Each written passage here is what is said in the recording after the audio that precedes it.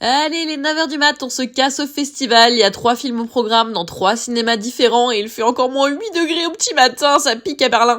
Là, je rigole parce que les Allemands boivent du Mezzomix, à savoir du Fanta mélangé avec du Coca.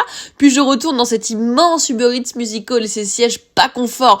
Pas merci à la femme qui a reniflé toutes les 3 secondes derrière moi durant la projection de Mother's Baby, un film allemand où on ne sait pas si le perso principal fait une dépression postpartum très grave ou s'il y a vraiment un truc bizarre avec son bébé.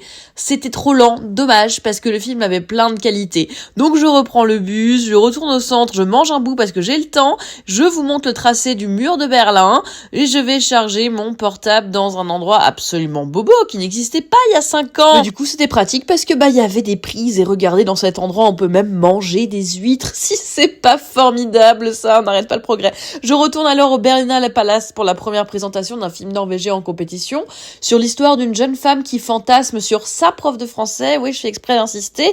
Elle en fait un livre et le donne à lire à sa mère et à sa grand-mère. Là aussi, le film est plein de qualité, mais ça manque d'un rythme certain pour tenir en haleine son spectateur.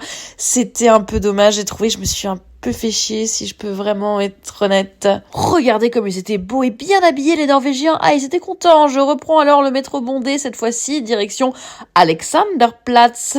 Regardez, il y a encore plein de glace sur les trottoirs. Ah!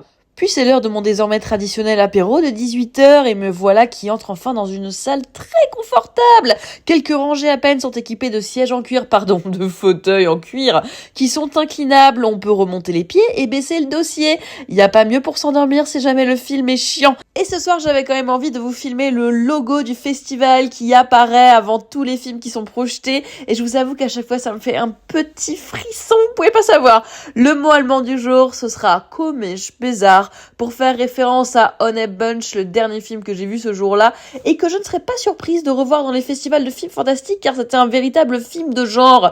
C'est l'histoire d'une femme qui se fait emmener dans un drôle d'endroit par son mari pour être soignée. L'ambiance est incroyable, le spectateur est vraiment bien accroché, bien qu'au début du film on soit complètement surpris par le bordel. Voilà, demain Berlin.